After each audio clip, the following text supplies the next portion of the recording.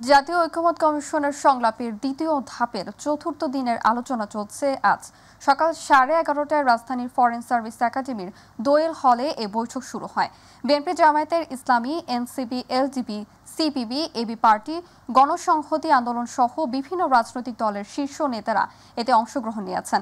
আজকের আলোচনায় মূলত রাষ্ট্রপতি নির্বাচন নিয়ে বুধবারের অসমাপ্ত আলোচনা ও প্রধানমন্ত্রীর মেয়াদ সংক্রান্ত বিষয়গুলো উঠে আসছে। বৈঠকের শুরুতে কমিশনের সহসভাপতি অধ্যাপক ডক্টর আলী রিয়াজ বলেন, কিছু বিষয়ে অংশগ্রহণকারীদের মধ্যে মতৈক্য হলেও কিছু গুরুত্বপূর্ণ ইস্যু এখনো অমীমাংসিত। এসব বিষয়ে আগামী সপ্তাহে আবার বসতে হবে। কমিশন চেষ্টা করছে জুলাই মাসের মধ্যে জাতীয় সনদ চূড়ান্ত করতে। আফজাল, রাজনৈতিক দলগুলোর সঙ্গে জাতীয় ঐকমত্য কমিশনের সংলাপের আজকের বিষয়বস্তু সম্পর্কে আসলে কি তথ্য আছে আপনার কাছে, আমাদেরকে জানাবেন। জি শাওন, আপনি জানেন রাজনৈতিক দলগুলোর সাথে জাতীয় ঐকমত্য কমিশনের দ্বিতীয় দফার সংলাপ চলছে। আজকে সবকটি দল অংশ নিয়েছে এবং আজকে আলোচনা হওয়ার কথা ছিল সংসদের আসনের যে সীমা নির্ধারণ সেটা নিয়ে এবং প্রধানমন্ত্রীর যে মেয়াদ সেটা নিয়ে আজকে আলোচনা হওয়ার কথা ছিল। কিন্তু এখন পর্যন্ত গতকালকের অসম্পূর্ণ যে কয়েকটা বিষয় ছিল, গতকালকে যেটা সম্পন্ন হয়নি বা ঐক্যমত্যে পৌঁছানো যায়নি, সেই বিষয়গুলো নিয়ে মূলত আজকে আলোচনা চলছে। এর ফলে আজকের যে এজেন্ডা ছিল সেটা নিয়ে এখন পর্যন্ত আলোচনা শুরু হয়নি। গতকালকে যে অবশিষ্ট আলোচনা ছিল এর মধ্যে অন্যতম ছিল রাষ্ট্রপতি নির্বাচনের পদ্ধতি এবং রাষ্ট্রপতি এবং প্রধানমন্ত্রীর ক্ষমতার ভারসাম্য। তো রাষ্ট্রপতি নির্বাচনের পদ্ধতিই মূলত এখন পর্যন্ত আলোচনা চলছে। আমাদের সাথে ব্রিফিংয়ে রাজনৈতিক দলগুলোর নেতারা যেটা জানিয়েছেন, 3টি স্তরে রাষ্ট্রপতি নির্বাচনের বিষয়ে প্রস্তাবনা এবং আলোচনা চলছে। এর মধ্যে অন্যতম হচ্ছে, যদি দ্বিকক্ষ বিশিষ্ট সংসদ হয় তাহলে 400 জন এবং সংরক্ষিত নারী আসনের 500 জন মিলে রাষ্ট্রপতি নির্বাচনে ভোট দেবে। এটা একটা প্রস্তাব। আরেকটি প্রস্তাব ছিল, এই 500 জনের সাথে জেলা প্রশাসক এবং সিটি কর্পোরেশনের মেয়ররা মোটামুটি 576 জন, প্রায় এই 576 জন মিলে রাষ্ট্রপতি নির্বাচনের পক্ষে ভোট দিবেন। তৃতীয় আরেকটি প্রস্তাব ছিল, সারা বাংলাদেশের ইউনিয়ন পর্যায়ে যত জনপ্রতিনিধি নির্বাচিত হন তাদের সবাইকে এই ইলেকটোরাল কলেজ বা রাষ্ট্রপতি নির্বাচনের আওতায় নিয়ে আসা। সেক্ষেত্রে ভোটারের সংখ্যা 70,000-এর আশেপাশে হতে পারে। তো এই বিষয়গুলো নিয়ে মূলত দুপুর এই মধ্যাহ্ন বিরতি পর্যন্ত আলোচনা চলছে। কোনো বিষয়ে সুস্পষ্ট কোনো ঐক্যমতে বোঝানো যায়নি। তারা যেটা জানিয়েছেন যে বর্তমান যে বিদ্যমান পরিস্থিতি সেটা পরিবর্তনের পক্ষে সবাই, তবে পরিবর্তনটা কিভাবে হবে সেটা নিয়ে এখন পর্যন্ত আলোচনা চলছে। এই ছিল আমার কাছে সবশেষ তথ্য জাতীয় ঐকমত্য কমিশন থেকে। আফজাল, আপনাকে ধন্যবাদ। ত্রয়োদশ জাতীয় সংসদ নির্বাচনকে সামনে রেখে আসন সীমানা পুনর্নির্ধারণের বিষয়ে 7ম কমিশন সভা করছে নির্বাচন কমিশন। সকাল 11:15টায় আগারগাঁয়ে নির্বাচন ভবনের সভাকক্ষে এই সভা শুরু হয়। এতে সভাপতিত্ব করেছেন প্রধান নির্বাচন commissioner CEC M M Nasir Uddin. উপস্থিত রয়েছেন 4 নির্বাচন কমিশনার সহ ইসির বিভিন্ন বিভাগের ঊর্ধ্বতন কর্মকর্তারা। নির্বাচন কমিশনের তথ্য অনুযায়ী 300টি সংসদীয় আসনের মধ্যে এ পর্যন্ত 75টি আসনের সীমানা পুনর্বিন্যাস চেয়ে 607টি আবেদন জমা পড়েছে। সভায় রাজনৈতিক দলের প্রার্থীদের আচরণবিধি নিয়েও আলোচনা হবে বলে জানানো হয়। এই মুহূর্তে ইসিতে আছেন সহকর্মী আবু সাইদ অপু, যুক্ত হচ্ছি তার সাথে। অপু, ইসির আজকের বৈঠকের বিষয়বস্তু কি কি সিদ্ধান্ত নেওয়া হয়েছে আমাদেরকে জানাবেন।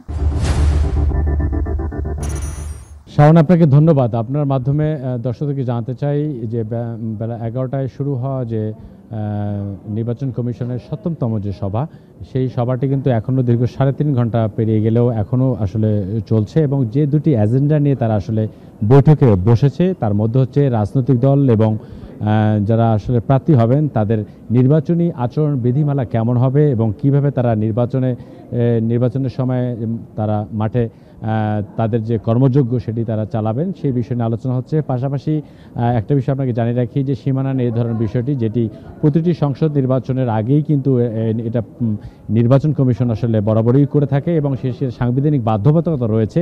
সেই ধারাবাহিকতায় কিন্তু এই সীমানা নির্ধারণের বিষয়টি নিয়ে বিশদ আলোচনা হচ্ছে, কারণ 75টি আসনের বিপরীতে ইতিমধ্যে কিন্তু 660টি আবেদন পড়েছে এই সীমানা নির্ধারণের যে পুনর্বিন্যাস যে বিষয়টি, সেই বিষয়টি নিয়ে কিন্তু আলোচনা চলছে। আর বিবাদ যে বিষয়টি তার মধ্যে কিন্তু আইনশৃঙ্খলা এবং সে সময়কার যে নির্বাচনকালীন সময় যে নির্বাচনী যে আইনশৃঙ্খলা বাহিনীর দায়িত্বে যারা থাকবেন তারা কীভাবে দায়িত্ব পালন করবেন এবং সামাজিক যে যোগাযোগ মাধ্যম রয়েছে সেগুলো আসলে কীভাবে নিয়ন্ত্রিত হবে, কোনো প্রকার যেন গুজব ছড়ানো যেন না হয়। এবং এই নির্বাচন কমিশনের একটাই চ্যালেঞ্জ যে ফ্রি ফেয়ার অ্যান্ড ক্রেডিটেবল অর্থাৎ অবাধ সুষ্ঠু নিরপেক্ষ একটি নির্বাচন উপহার কীভাবে দেওয়া যায় সেই বিষয় নিয়ে কিন্তু এখনও আলোচনা চলছে। এখনও আমরা গণমাধ্যম কর্মীরা এখানে অপেক্ষা করছি। বৈঠক শেষ হওয়ার পরে হয়তো প্রধান নির্বাচন কমিশনার কথা বলার কথা রয়েছে।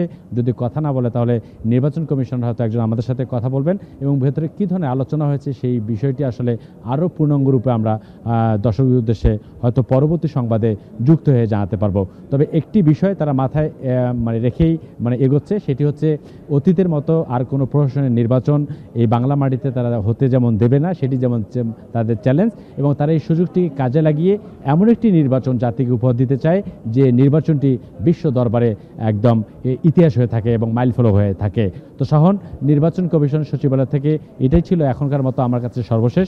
আমি হয়তো পরবর্তী সংবাদে যুক্ত হয়ে দর্শকদের উদ্দেশ্যে জানাতে পারবো যে ভেতরে যে ৭ম সভা চলছে নির্বাচন কমিশন সচিবালয়ে তার সর্বশেষ আসলে আপডেট কি এবং নির্বাচন কমিশনাররা আসলে কি বলছেন। শাওন, আপনাকে ধন্যবাদ। জামায়াতে ইসলামের আমির ডক্টর শফিকুর রহমানের সঙ্গে সৌজন্য সাক্ষাৎ করেছেন বাংলাদেশের নিযুক্ত জার্মান রাষ্ট্রদূত আকিম স্ট্রোস্টার। সকাল 11:30টায় দলটির মগবাজারস্থ কার্যালয়ে বৈঠক অনুষ্ঠিত হয়।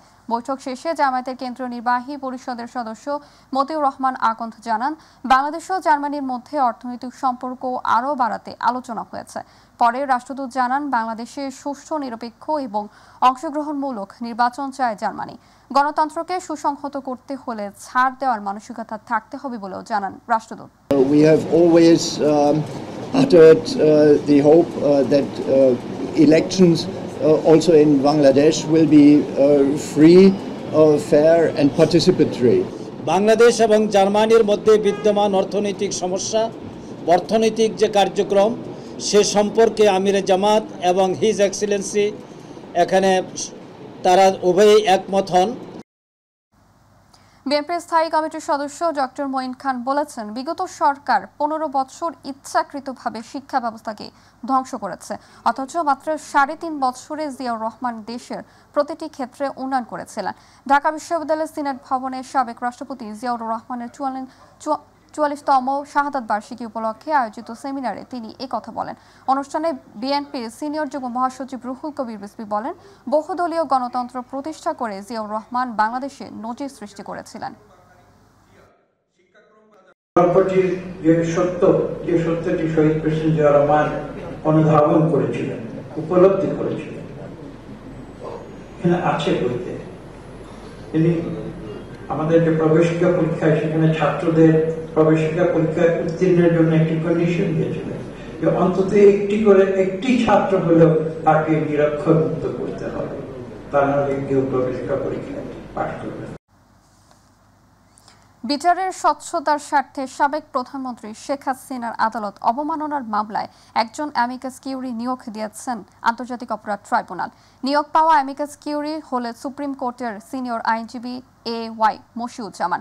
আজ ট্রাইব্যুনালে চেয়ারম্যান বিচারপতি মোহাম্মদ গোলাম মুর্তুজা মজুমদারের নেতৃত্বে 3 সদস্যের বেঞ্চ এই আদেশ দেন। এই মামলায় সিনিয়র আইনজীবী AY মশিউজ্জামানের বক্তব্য শুনবেন ট্রাইব্যুনাল। প্রসিকিউশন বলছে, পত্রিকায় বিজ্ঞপ্তি দেওয়ার পরও হাজির হয়ে বা আইনজীবীর মাধ্যমে কোনো ব্যাখ্যা দেননি শেখ হাসিনা।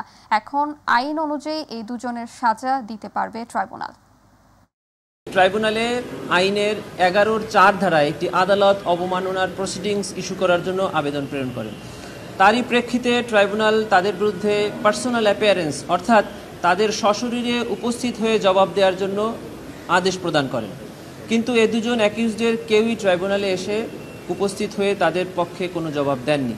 ট্রাইব্যুনাল আজকে একটি আদেশ জারি করেছেন, সেটি হলো ট্রাইব্যুনাল রুলসের 41 বিধি মোতাবেক একজন অ্যামিকাস কিউরি নিয়োগ করেছেন এই মামলায় মতামত গ্রহণের জন্য এবং আদালতকে সহায়তা করার জন্য।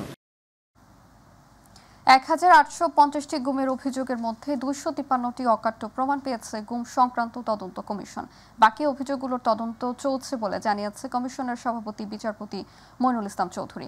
সকালে গুলশানে গুম সংক্রান্ত কমিশনের সংবাদ সম্মেলনে একথা জানান তিনি।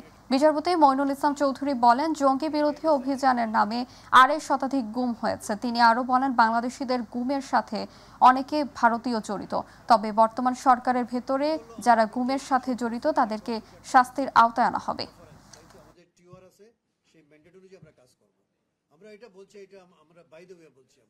ইন্টারন্যাশনাল ক্রাইমস যে ট্রাইব্যুনাল তাকে দেওয়া হয়েছে দায়িত্ব যে কিভাবে ভিকটিমের এবং আপনার উইটনেসেসের সাক্ষীদের আপনার সিকিউরিটি এনশিওর করবে। কথা বুঝছেন? শুধু দায়িত্ব হলো এখন উনাদের। আমাদের সাথে তো আমাদের কাছে তো কোনো মেকানিজম নাই। সেই দায়িত্ব দেওয়া হয়েছে ট্রাইব্যুনালকে।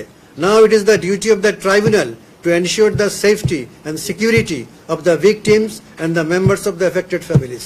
অনেকের বিরুদ্ধে ওয়ারেন্ট ইস্যু হয়েছে, যে মামলাগুলো ইতিমধ্যে আইসিটিতে গেছে। এটার প্রাথমিক অনেকগুলো কাজ কিন্তু আমরা করেছি। আবারও স্যারের সাথে একটা জিনিস একমত হয়ে বলছি যে আসলে ভিকটিমের নিরাপত্তা এবং সন্দিগ্ধ আসামি যাতে পালিয়ে না যায়, এই দুটি কারণকে বিবেচনায় রেখে সম্পূর্ণ জিনিসটা আমাদের পক্ষে চলমান অবস্থায় প্রকাশ করা সম্ভব হচ্ছে। রাজধানীর মোহাম্মদপুর থেকে সাবেক পরিকল্পনা প্রতিমন্ত্রী শামসুল আলমকে গ্রেপ্তার করেছে ঢাকা মহানগর পুলিশের গোয়েন্দা শাখা।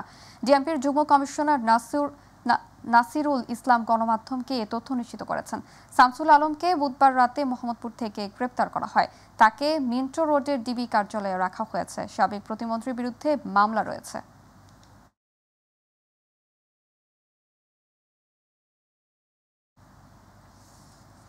বাংলাদেশের জাতীয় নিরাপত্তা উপদেষ্টা ডক্টর খলিলুর রহমানের সঙ্গে যুক্তরাষ্ট্রের পররাষ্ট্র মন্ত্রণালয়ের ডেপুটি সেক্রেটারি ক্রিস্টোফার ল্যান্ডওয়ের সঙ্গে বৈঠক অনুষ্ঠিত হয়েছে। বুধবার দেশটির পররাষ্ট্র দপ্তরে এই বৈঠক অনুষ্ঠিত হয়। বৈঠকে রোহিঙ্গা সংকট, বাংলাদেশ যুক্তরাষ্ট্রের মধ্যে চলমান শুল্ক সংক্রান্ত আলোচনা, দক্ষিণ এশিয়ার সাম্প্রতিক পরিস্থিতি এবং বাংলাদেশের গণতান্ত্রিক রূপান্তর নিয়ে আলোচনা হয়। যুক্তরাষ্ট্রের পররাষ্ট্র মন্ত্রণালয়ের ডেপুটি সেক্রেটারি ক্রিস্টোফার ল্যান্ডও বাংলাদেশের প্রধান উপদেষ্টা অধ্যাপক মোহাম্মদ ইউনূসের নেতৃত্বের প্রশংসা করেন এবং বাংলাদেশের প্রতি যুক্তরাষ্ট্রের অব্যাহত সমর্থনের আশ্বাস পূর্ণ ব্যক্ত করেন। ডক্টর খলিলুর রহমান পরবর্তীতে যুক্তরাষ্ট্রের সহকারী বাণিজ্য প্রতিনিধি ব্রেন্ডন লিঞ্জের সঙ্গেও সাক্ষাৎ করেন।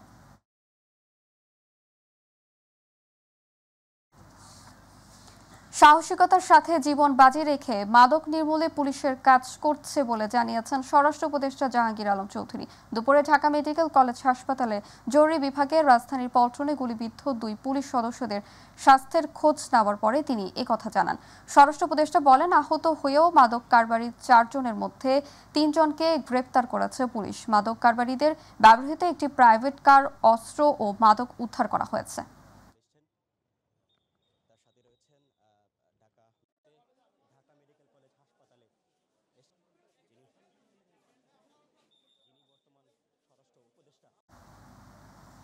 কুমিল্লার চান্দিনায় টিউবওয়েলের পানিতে মাত্রাতিরিক্ত আয়রনের কারণে দেখা দিয়েছে স্বাস্থ্য ঝুঁকি। উপজেলার আশ্রয়ণ প্রকল্পে গুচ্ছ গ্রামে সমস্যা ধারণ করেছে প্রকট আকার। বিনামূল্যে সরকারি কোটি টাকার টিউবওয়েল এখন জলে। পানিতে অতিরিক্ত আয়রন জেনেও দৈনন্দিন কাজে ব্যবহার ও পানি পান করছেন স্থানীয়রা, যার ফলে দেখা দিয়েছে নানান চর্মরোগ। প্রতিনিধি শাহজালাল সরকার সাজুর রিপোর্ট, জানাচ্ছেন শামস তাবরিজ উচ্ছ্বাস। কুমিল্লার চান্দিনা উপজেলার টিউবওয়েলের পানিতে মাত্রা অতিরিক্ত আয়রন থাকার কারণে বিশেষ প্রকল্প গ্রহণ করেছিল চান্দিনা উপজেলা জনস্বাস্থ্য প্রকৌশল অধিদপ্তর। তারপরেও মেটেনি কোনো সমস্যা। বাধ্য হয়ে অতিরিক্ত খনিজ আয়রনের পানি পান করছেন উপজেলা আশ্রয়ণ প্রকল্পের উপকারভোগী 216টি পরিবার। স্বাস্থ্য ঝুঁকি জেনেও দৈনন্দিন কাজে আয়রনযুক্ত পানি ব্যবহার করছেন স্থানীয়রা, যার ফলে দেখা দিচ্ছে নানা ধরনের চর্মরোগ। আমরা কোনো কাজ করতে পারতাছি না, চুলটা শুধু উঠে যাইতেছে। সরকার দিয়েছে যে আমরা কোনো কিছু কাম যদি না করতে পারি, সরকার দিলে কি কাম হইব? অ্যালার্জি সমস্যা হইতাছে, মাথা চুল উঠে যাইতাছে, কোনো রান্না বান্না করা যায় না, খাওয়া যায় না। উপজেলা জনস্বাস্থ্য প্রকৌশল অধিদপ্তর থেকে সরকারিভাবে 1866টি তারা গভীর টিউবওয়েল ও তারা টিউবওয়েল 597টি ঠিকাদার প্রতিষ্ঠানের মাধ্যমে উপজেলার বিভিন্ন এলাকায় স্থাপন করা হয়। ভূগর্ভস্থ কত ফুট নিচে বিশুদ্ধ ও আয়রন মুক্ত পানি পাওয়া যাবে তা নির্ধারণ না করে টিউবওয়েল বসানোর কারণে সিংহভাগ পানি পান করতে পারছেন না স্থানীয়রা, যার ফলে সরকারের কোটি টাকার টিউবওয়েল পড়ে আছে জরাজীর্ণ অবস্থায়। এই বিষয়ে জানতে চাইলে ক্যামেরার সামনে কোনো ধরনের কথা বলতে রাজি হয়নি উপজেলা জনস্বাস্থ্য প্রকৌশল অধিদপ্তরের কর্মকর্তা। টিউবওয়েলের বিষয়ে আপনি আমার মৌখিকভাবে জিজ্ঞেস করেন, আমি তো বলতেছি না, এরকম বলতেছি না যে আমি বলবো না, এমনি বলেন। না না না, এটা তো ভাই, এটা তো ভাই কেমন হইলো না, আয়রন স্বাস্থ্যের জন্য ভালো, তবে অতিরিক্ত আয়রনযুক্ত পানি চর্মরোগ ও স্বাস্থ্যের জন্য ক্ষতিকর, অভিমত চিকিৎসকের। অল্প আয়রন সাধারণত বেশি ক্ষতি করে না, তবে বেশি আয়রন হলে সেক্ষেত্রে আমাদের কনস্টিপেশন হতে পারে, পেটের বিভিন্ন সমস্যা যেমন স্টমাক পেইন হতে পারে, ভমিটিং হতে পারে। তাছাড়া অনেকের ক্ষেত্রে আয়রন অ্যাবজর্পশন মানে যেটা রক্তে শোষণের সমস্যা হয়, সেই ক্ষেত্রে ডায়রিয়াও হতে পারে। শামস তাবরিজ উচ্ছ্বাস, মাই টিভি নিউজ ডেস্ক। কুমিল্লার চৌদ্দগ্রাম উপজেলার ২ নং উজিরপুর এবং ৩ নং কালিকাপুর ইউনিয়নে প্রায় ৩ কিলোমিটার গ্রামীণ সড়কের বেহাল দশায় বাসিন্দাদের চরম দুর্ভোগ পোহাতে হচ্ছে। সড়কটিতে বিভিন্ন যানবাহন চলাচল করলেও বেহাল দশায় মারাত্মক ভোগান্তির শিকার হচ্ছেন চালক ও যাত্রীরা। জরুরি প্রয়োজনে দ্রুত হাসপাতালে পৌঁছানো কঠিন হয়ে পড়ছে। চৌদ্দগ্রাম প্রতিনিধি জসিম চৌধুরীর রিপোর্ট, জানাচ্ছেন মিফতাক আলী। কুমিল্লার চৌদ্দগ্রাম উপজেলার ২ নং উজিরপুর এবং ৩ নং কালিকাপুর ইউনিয়নে স্থানীয় প্রায় ৩০,০০০ মানুষের বসবাস। গ্রামের নিত্যদিনের চলাচলের প্রধান সড়ক ২ নং উজিরপুর ইউনিয়নের খাসি গ্রামের মিয়াবাজার সংলগ্ন প্রায় ১ কিলোমিটার এবং ৩ নং কালিকাপুর ইউনিয়নের মিশানি রাস্তার মাথা হতে চুপুয়া বাজার পর্যন্ত প্রায় ২ কিলোমিটার মোট এবং ৩ নং কালিকাপুর ইউনিয়নের মিশানি রাস্তার মাথা হইতে চুপুয়া বাজার পর্যন্ত প্রায় ২ কিলোমিটার সহ সর্বমোট ৩ কিলোমিটার গ্রামীণ সড়কের বেহাল দশায় চরম দুর্ভোগ পোয়াচ্ছে এলাকাবাসী। এই রাস্তা দিয়ে একদম চলার মতন না, খুবই খারাপ অবস্থা, খুবই বেহাল অবস্থা। রাস্তার ডাইনে বাঁয়ে গাড়ি মশরায় যাত্রীদের অনেক অসুবিধা হয়। রাস্তার ভিতরে এমন সমস্যা, অনেক গর্ত হয়ে গেছে। আমাদের গাড়ির ফাঁস ভাঙিতে গিয়া কোনো ড্রাইভাররা রাদিও না কোনো রোগীকে নেওয়ার জন্য। একে গর্ত দেখা যাচ্ছে যে হাঁটু সমান। জরুরি প্রয়োজনে দ্রুত হাসপাতালে পৌঁছানো সহ অটোরিকশা, সিএনজি, ট্রাক্টর, অ্যাম্বুলেন্সের মতো স্বল্পভারী বিভিন্ন যানবাহন চলাচল করলেও সড়কের বেহাল দশায় মারাত্মক ঝুঁকির কবলে যাত্রীরা। এখানে অটো, রিক্সা, সিএনজি, ওষুধ কোম্পানির গাড়িগুলো দ্রুত রোগী নিয়ে যাওয়ার জন্য সিএনজি, অ্যাম্বুলেন্স কোনো কিছুই ঠিকমতো চলতে পারে না। উপজেলা প্রশাসনের কাছে বিশেষভাবে অনুরোধ করব, আপনারা যেহেতু এখন বিভিন্ন রাস্তাঘাট মেরামত করছেন এবং বিভিন্ন রাস্তাঘাট দেখছেন, আপনারা এই রাস্তাটা যদি আপনাদের সদয় দেন, এই এলাকার মানুষের অনেক উপকার হবে। উপজেলা নির্বাহী কর্মকর্তা জানান, জনস্বার্থে এবং প্রয়োজনীয়তার ভিত্তিতে একে একে রাস্তাগুলোর উন্নয়ন কাজ চলমান। কোন কাজটা এখনই প্রয়োজন এবং কোনটা সবচেয়ে বেশি জনগুরুত্বপূর্ণ এবং সবচেয়ে বেশি প্রয়োজন, সেই ক্যাটাগরি অনুযায়ী সেটাকে একটা প্রায়োরিটি লিস্ট তৈরি করার জন্য সেই প্রায়োরিটি লিস্ট অনুযায়ী আমরা পরবর্তীতে সেই কাজগুলো এক এক করে আমরা উন্নয়ন করব। দ্রুত রাস্তাটি মেরামত হলে গ্রামের যোগাযোগ ব্যবস্থা স্বাভাবিক হবে এবং হাজার হাজার মানুষের দীর্ঘদিনের কষ্ট লাঘব হবে বলে প্রত্যাশা এলাকাবাসীর। মিফতাক আলী, মাই টিভি।